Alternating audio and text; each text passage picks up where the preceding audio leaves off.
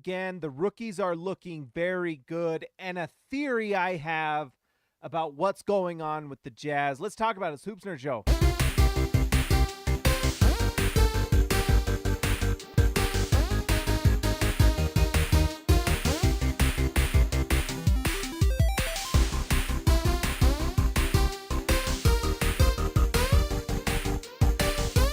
All right, guys, before we get into this, let's give a shout out to our sponsor, PrizePicks. Use promo code HoopsNerd, and they will match up to $100. It's fantastic. It's fun. Bet the under on a lot of Jazz stats, and you're going to do well because the Utah Jazz are not very good. A lot of these teams are blowing out the Jazz, so you got to be careful because some of the Jazz defense is literally the worst in the NBA right now, ranked number 30 since trade deadline, and it's actually not close. So you can get some easy picks on there for the team playing the Jazz. And then you can look at the Jazz and just decide who's going to play well. If you'd have picked Brice Sensabaugh, right now he is on a nice trajectory. Easy overs for Brice Sensabaugh on this one. So go to prizepicks.com, use promo code HoopsNerd, and you'll support the channel. All right, let's turn that off. By the way, I apologize for the sound last time, but it's saying excellent condition for my stream. It was my fault. I put on a gate on the filters to make sure I took out background noise, but the gate was too strong. It was like the black gate in Lord and the Return of the King, and it kept me out. So anyways, I apologize for that. I apologize profusely. Also, I decided to wear my Stockton jersey. I know the green screen kind of fades some of it out, but I just thought, you know what? Why not? My wife got me this for Valentine's Day, and honestly, she's the best. Mrs. Hoops Nerd is a winner, or I'm a winner for, somehow tricking her into marriage. Anyways, let's just get into this. The Utah, I do have some filters though. Let me know if the sound is good. Last time I should have listened to you guys. You were all right. I was wrong. It was my fault. I will say Rise Broadband still sucks. So just suck on that, Rise Broadband. I don't even care. Anyways, the Utah Jazz, let's take this down because some people were mad at me for having that up too loud. I can't make anybody happy. All right, I'm trying, okay? I'm glad the sound is good. It should be less tingy, although I'm a little worried you're going to hear some background stuff, but that's okay. Thank you, Dre. Yeah, it's okay. I'm trying to get this sound. I would like the sound to be much crisper, so I'm kind of working with it. But because I do these lives, it's kind of hard to you can't just mess with it live. So, anyways, let's just go through this. Utah, let's see. Let's go through the rotation a little bit, and then I'll give a little bit of or at some point, I may just talk about what I think is going on for the Jazz. I paid $175 per ticket back in October to watch this steaming pile of a game. I am so sorry, Jordan. I shouldn't laugh. That's horrible because I wish Donovan Mitchell would have played, but he didn't. Shout out to Donovan Mitchell. I mean, he was giving some advice, I think, at one point to Keyonte George, although the part of me is like, stay away from Keyonte. Donovan, stay away. But then there's also a part of me that, whatever. If he wants to coach him up, great. I have some ideas of what's going on here. Anyways, Brice Sensabaugh had a nice night again. 6 for 9 from 3. Very nice percentage there. 7 rebounds, 4 assists. He was nice tonight. Really solid. It's nice to see him shooting the ball because he had a stretch there where he could not hit a 3. Literally went like 3 or 4 games where he just was 0 for 7 or whatever. In the last 2 games, including the game against the Kings where no one could hear me talk, he did really well. And that was nice to see. So 8 for 14 from the field. He's got a nice little mid-range game pull up. 6 for 9 from 3. And I also noticed that, he had 2 turnovers tonight, but he looks like he's figuring it out with the turnovers at least. Those turnovers, when he goes into the traffic, especially when he goes up to the middle, it just seems like every player knows they just got to go for the ball and they can steal it. So he's getting a little better there. Taylor Hendricks is looking more and more comfortable from 3 to the point where I think he's going to start having a really impressive 3-point percentage. Let's just pull this up. In fact, let's pull up Sensabaugh too after this. But he's up to 7.2 points per game, 4.6 rebounds. But look at this. He is now at 36% for the season from 3. That's big time. That's like league average, maybe above. So I'm pretty happy about that.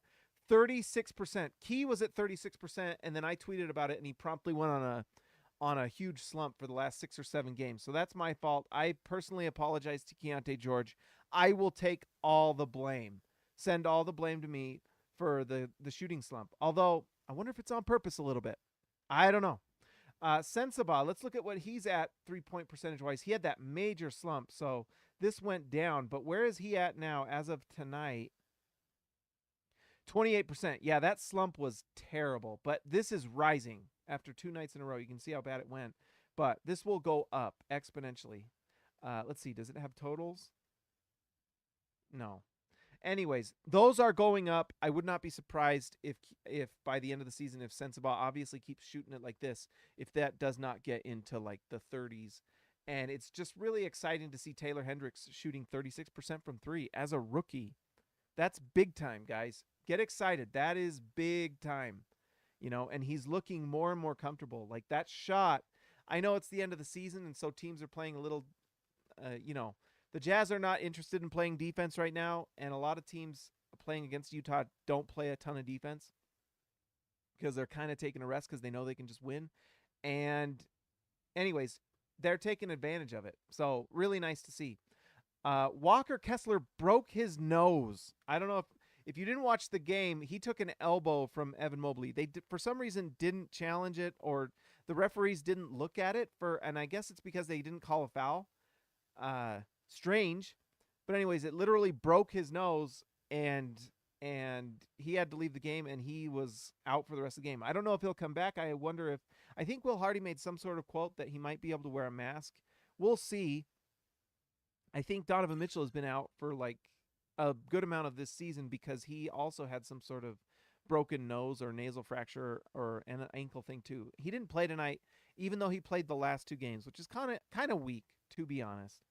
But anyways, Walker Kessler played pretty well for the time that he was in. It just was 9 minutes, so there's not a ton to take from that. But it is nice to see him getting minutes and to just see what else we have from Walker Kessler. I was tweeting today some things I predicted. I predicted the Oklahoma City Thunder to be number 1 seed in the Western Conference. Turns out I was right.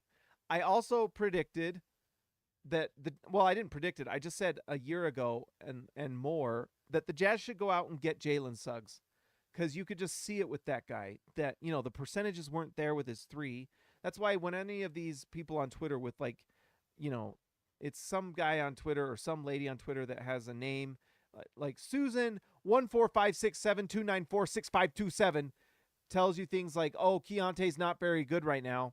Well, guess what? A lot of people were saying that about Jalen Suggs. Guess what? Jalen Suggs is shooting 40% from 3 this year, and he is in the 98th percentile defensively. And I bet you right now the Orlando Magic are pretty happy that they let him have 2 or 3 years to develop. It took time, but it's going to happen. With a mask, he's Walker Kessler, Texas Lone Ranger. I almost had a feeling when I saw your message, KG10. DWCB, I kind of knew you were going to say it. That's right, the Lone Ranger. With the black mask. I hope he does. Who knows? Maybe it'll bring out an alter ego for Walker Kessler. I don't know. It would be nice to see. Thank you for the $2, my friend. I appreciate it a ton. A ton. Thank you so much. Yeah, we'll see. It'd be fun to watch Walker Kessler in a mask. Maybe he can, you know, have everyone sign it. I don't know. Colin Sexton, 6 for 14 from the field, not as usual, 50% from the field, but still pretty solid. 7 assists, 19 points. Colin Sexton's turned into a high-level player. I think it was, I can't remember, if it might have been NBA University. I can't remember who it was, but they tweeted out tonight, and I thought it was great, so I retweeted it, that he was not a good rim finisher earlier in his career, and he has become one of the better rim finishers in the NBA, I don't know if in the NBA, but he's become a very good rim finisher. And so that's really cool to see Colin Sexton continuing to improve. He's just a very, very, very good offensive player. Tonight, 40% from 3, 2 for 5. I've said this before, but he's the best shooter on the Jazz right now, and that includes Lauri Markkanen. Just go look at the percentages. He's just flat out number 1. He's number one. And so it's impressive to watch because he's shooting it from all different ways, you know, catch and shoot threes, pull up threes. He's shooting mid-rangers. He's driving to the basket, finishing at a high level at the rim. Just a high-level offensive player. So if the Jazz do trade him this offseason to go for a tank for Cooper Flagg, who, by the way, played tonight as well, and oh my gosh, they might be able to get something really nice from him. And at worst, they can keep Colin Sexton and just have him be a sixth man. They're losing these games with Sexton playing, so it's not like you have to trade him. So we'll see. My man Keyonte George started the game off hot. He was 2 for 2 from the field. He hit his first three, and he is just in a slump right now. It's just really tough. You know, big time slump. It's been 7 or 8 games now, and eventually he'll come out of it. We're seeing some signs. He looks like he has a little hop to his step a little bit, but teams are really blitzing him. He is the main offensive focal point at this point, running the offense, and it's tough. They're doing things to cut off the lanes and things.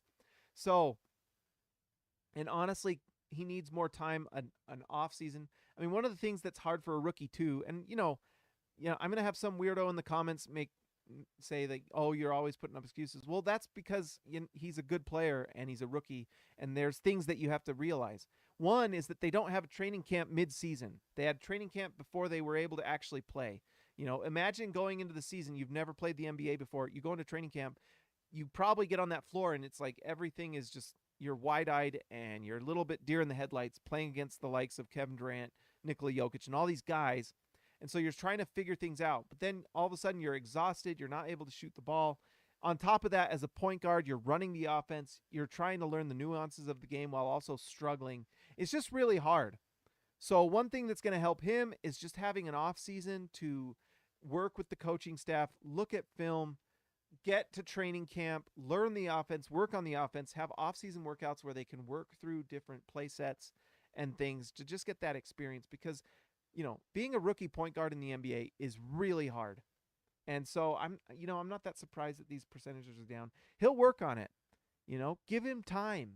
They may not be good next year too, and that's okay. He's going to work through it. Now, year 3, year 4, if they're not very good, well, then maybe you start to worry. But then you look at someone like Jalen Green, who's now shooting the lights out and honestly dominating. The Rockets are probably pretty happy they gave him some time, right? 3 seasons. It also allowed them to draft other players, and that's just the way this works. You've got to let these guys play. You've got to let them go through their lumps because, one, they need it to learn how to play in the league. It's just really hard league to play in. And then, 2, it helps you get a better pick so that you can add more talent so they play together. Look at the Orlando Magic. They have add multiple, they get Franz Wagner, and then the next year they get Paolo Banchero.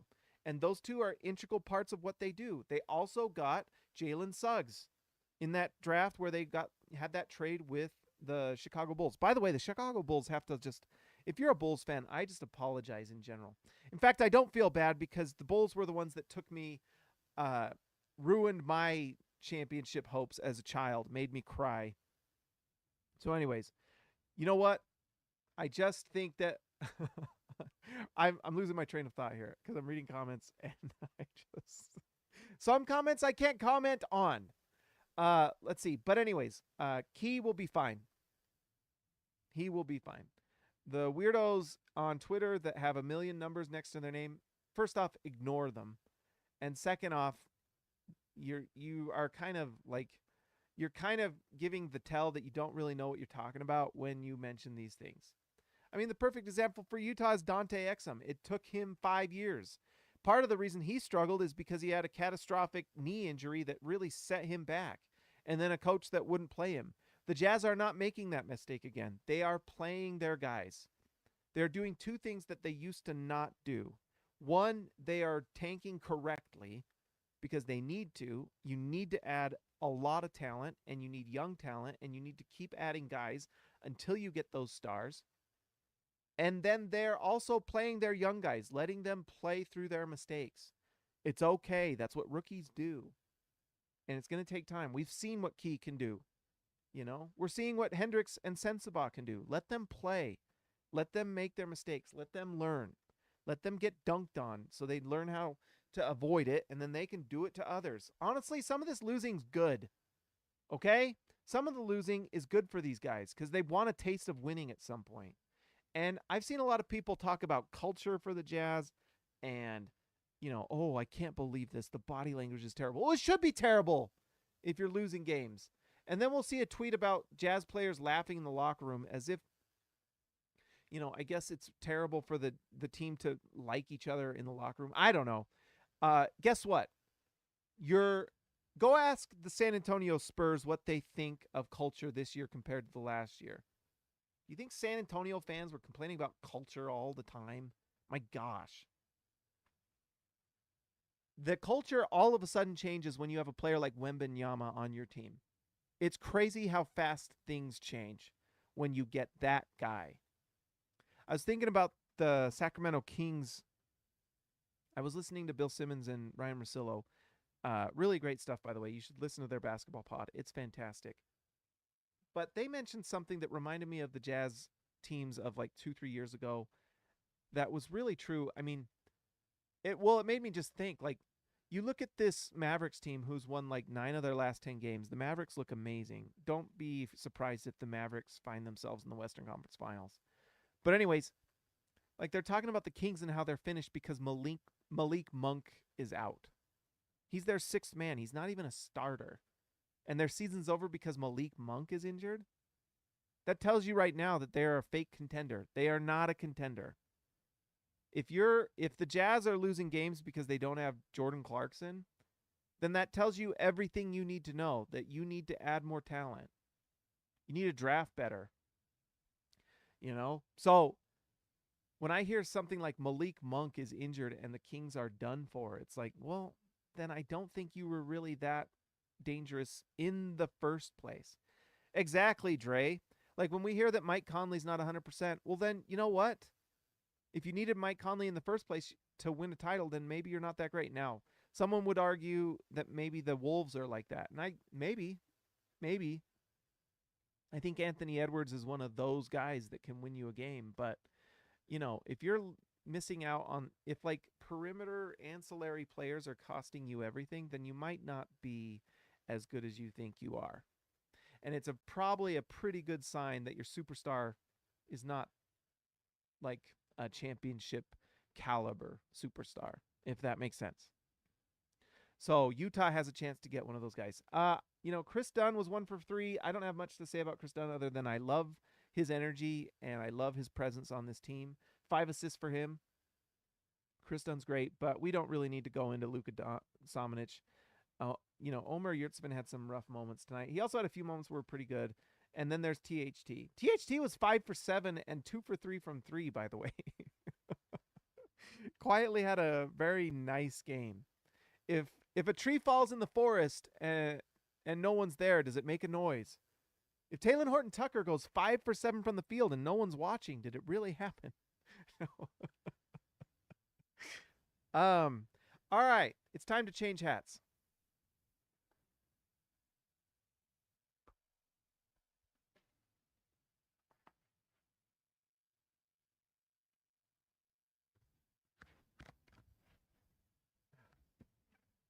Ow, I just about scratched my freaking chin on this helmet.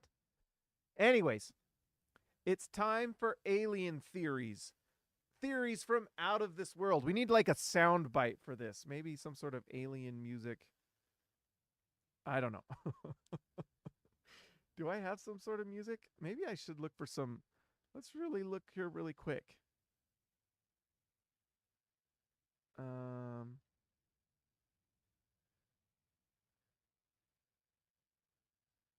Let's see here. Let's do my 8-bit music here for fun.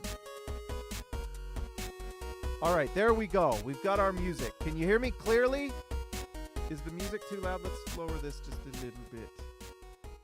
Okay, so.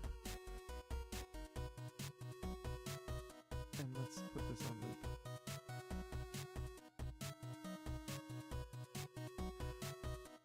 Okay, there we go. Let's see if that loops. I'm actually curious. Sorry, this is live, and I'm just going to talk. Oh, dang it. It didn't loop. Dre, you can hear me? Space Commander Hansen here to explain. Okay, here's one thing I'm thinking. The Jazz defense is utterly terrible. It's so bad. In fact, let's bring this up. It's so bad it's got me with some space theories here. I think the Jazz are just obviously doing this on purpose, and I wonder if the Jazz players are in on this. Look at this defensive rating. The Jazz are officially, for the season, last place. And since trade deadline, they're like 4 points per possession worse than everyone else. I don't want to look it up. I don't care. They're worse than Charlotte, worse than Washington, and this is for the season. Like, for the season. It's terrible, but it's so bad. And at one point, when the Jazz went 19-7, it was actually top 10. It was actually top 10. So, I think the rookies are in on this, and I think the Jazz have been tweaking things not to win games. Here's the theory. I think they're tweaking things to know how to lose games next season. I think they want Cooper Flagg, who, by the way, played tonight, and oh my gosh, you saw the flashes. This guy's going to be special. You know what I sometimes do when I have a bad dream at night and I wake up and I don't want to wake up Mrs. Hoopster because I'm scared in my bed? I'll pull up the old cell phone and I'll go to the YouTube channel, and their algorithm already knows what I want. They already know Cooper Flagg dominates. McDonald's All-American Day 1. Cooper Flagg dominates. And James, who's scared of... by the way, I had 2 nightmares last night. I had the worst nightmare last night. I woke up and my heart was like... I was like in a Mortal Kombat fight in some haunted house. And I had this knife and I had to like fight a guy. And then I found out there was 3 other guys coming after me with... And I like woke up and my heart was just like going. And there was some other weird dreams going on. I don't know why. I gotta stop drinking Mountain Dew. But anyways, Cooper Flagg looks incredible. He really does. And NBA University, great account on Twitter you should follow. They're awesome. I should talk to whoever that guy is and have him on the show, because he's awesome. But they compared... Who did they compare Cooper Flagg to? They compared him to prime Andre Kirilenko, but in this modern era with better shooting and more explosive athleticism. If that's who Cooper Flagg is, watch out. And honestly, you could argue that's the perfect thing for this Jazz team. Have we ever had a superstar wing? We never really have. We've had a superstar power forward. We've had superstar point guards. If you consider Rudy Gobert a superstar, then we have a superstar defensive center in Rudy Gobert. We've never had a superstar wing. We never have. And they've always been the ones that destroy us and break my heart and hurt my feelings. They're the ones who turned me into who I am. I want a superstar wing. I want Cooper Flagg. I want Ace Bailey. I want that guy. But I tell you what, you go look at Cooper Flagg. I love the comp of him and Andre Kirilenko. He's more athletic. He actually looks like he can shoot the ball. His release looks like freaking John Stockton. I'm not kidding. He has a shoulder release thing. Anyways, I'm so all in on that guy. He is a game changer defensively. And I tweeted it out during the game. And by the way, SLC Dunk is doing playback. We're going to be doing live streams as a team on SLC Dunk. So if you guys want to watch the game live with me, we'll be doing that as SLC Dunk together. So you'll be able to join. Let me know if the music's getting annoying. We can turn it off if we want. But that's my theory. I think the Jazz are actually figuring out how to be bad enough next year. Because next year's draft, in fact, let me pull it up.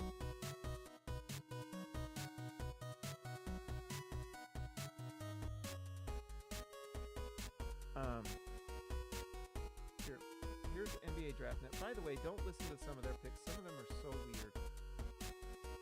Come on.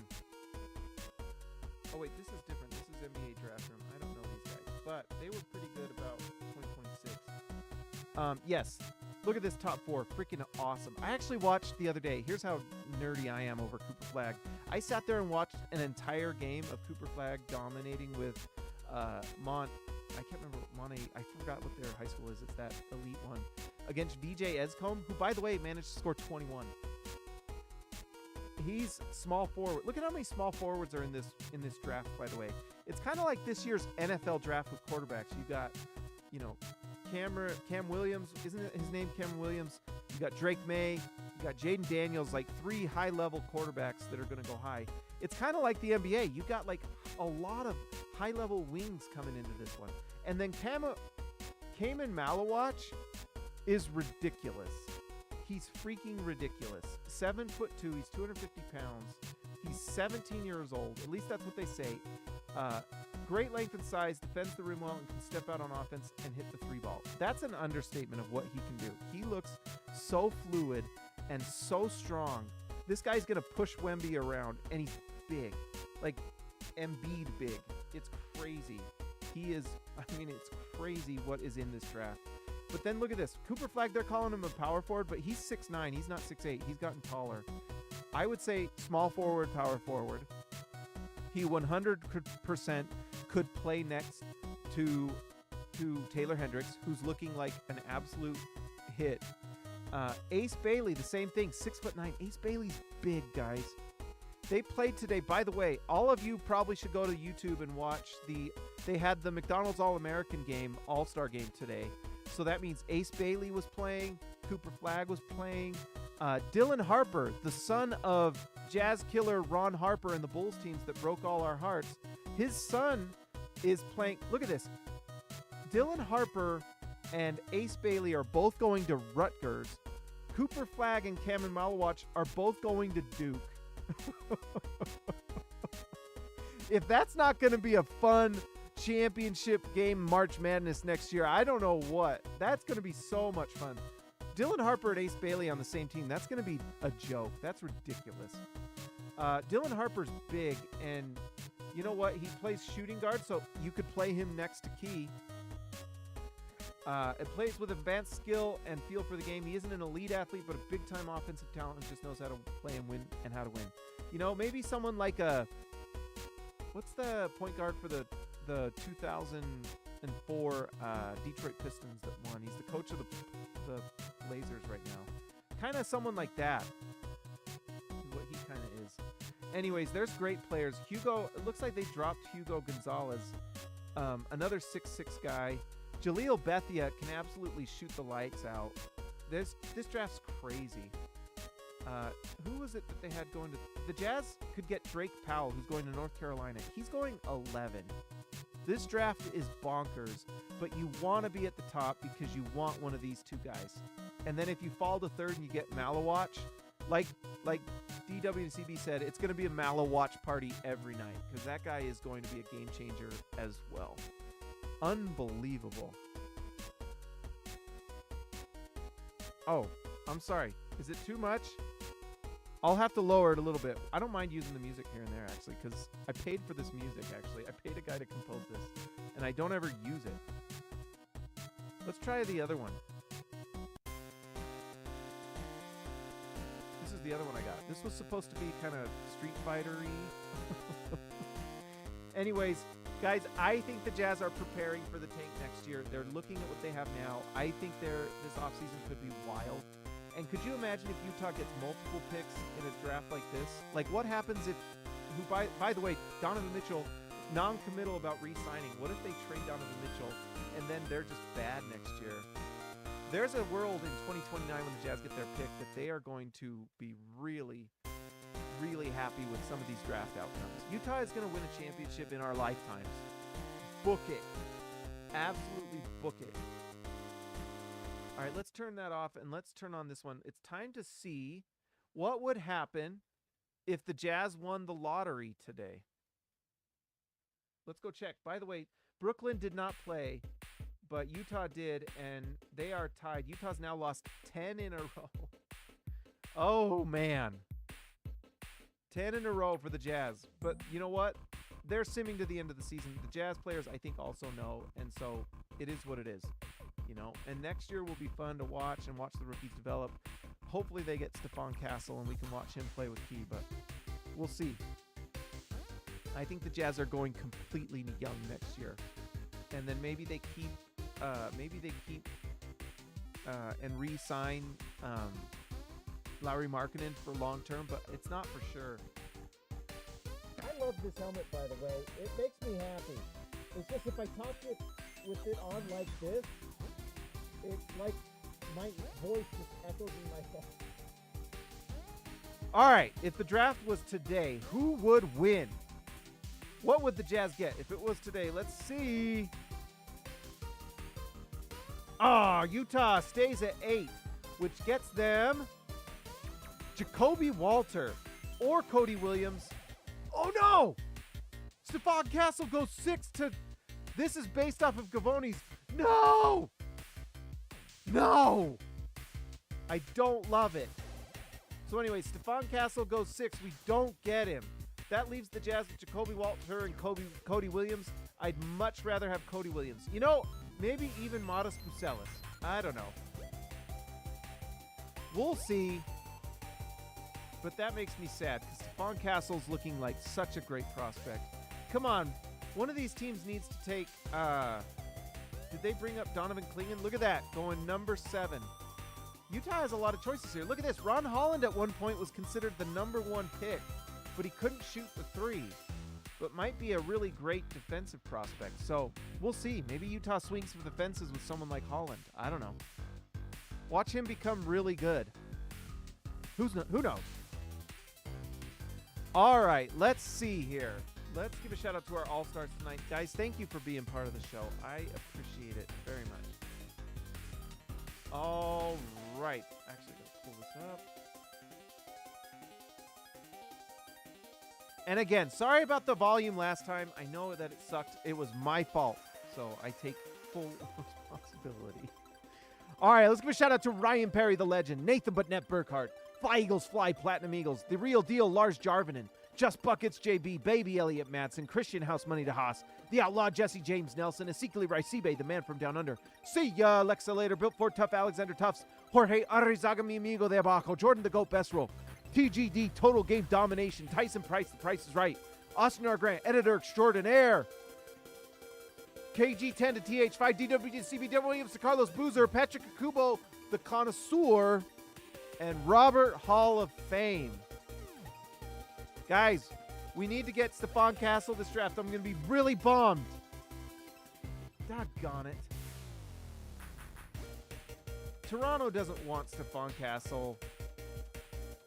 14 in a row, those bums. Anyways, the Jazz are now 3.5 back of Memphis. I'm not sure if they can catch them, but Memphis just won. They're playing Jaren Jackson Jr. Maybe we can catch them.